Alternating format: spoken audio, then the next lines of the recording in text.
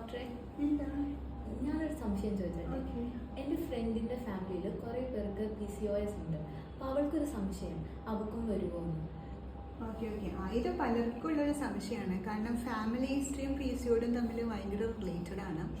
അപ്പോൾ genetic predisposition നന്നായിട്ടുള്ളൊരു പ്രശ്നമാണ് ഈ PCOS. PCOS ആക്ച്വലി ഒരു എൻഡോക്രൈൻ പ്രോബ്ലമാണ്.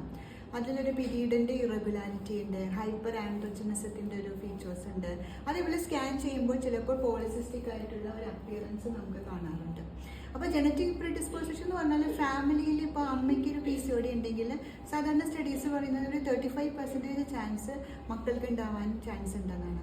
അപ്പോൾ സിസ്റ്ററിനാണെങ്കിൽ ഒരു 40% ചാൻസ് ഉണ്ട്. അപ്പോൾ എന്നിരുന്നാൽ തന്നെയും നമുക്ക് പലപ്പോഴും ലൈഫ് സ്റ്റൈലൊക്കെ ശ്രദ്ധിച്ചിട്ട് ഈ PCOS നന്നായിട്ട് മാനേജ് ചെയ്യാൻ പറ്റാറുണ്ട്. അപ്പോൾ ജനറ്റിക് ആയിട്ട് അങ്ങനെ ഒരു ജീൻ ഉണ്ടെങ്കിൽ തന്നെയും നമ്മൾ നല്ല രീതിയിൽ ലൈഫ് സ്റ്റൈൽ ശ്രദ്ധിക്കുമ്പോൾ നന്നായിട്ട് എക്സസൈസ് ചെയ്യുന്നു, റെഗുലറായിട്ട് എക്സസൈസ് ചെയ്യുന്നുണ്ട്, അതോടൊപ്പം തന്നെ നന്നായിട്ട് ഡയറ്റ്, ഹെൽത്തി ആയിട്ടുള്ള ഡയറ്റാണ് നമ്മൾ ഫോളോ ചെയ്യുന്നതെന്ന് വെച്ചാൽ തീർച്ചയായിട്ടും PCOS ഒരു ജനറ്റിക് പ്രിഡിസ്പോസിഷൻ ഉണ്ടെങ്കിൽ തന്നെ നമുക്ക് മാനേജ് ചെയ്യാൻ പറ്റാവുന്നതേ ഉള്ളൂ. ഓക്കെ, അപ്പോൾ ഫ്രണ്ടിനോട് പറയണം.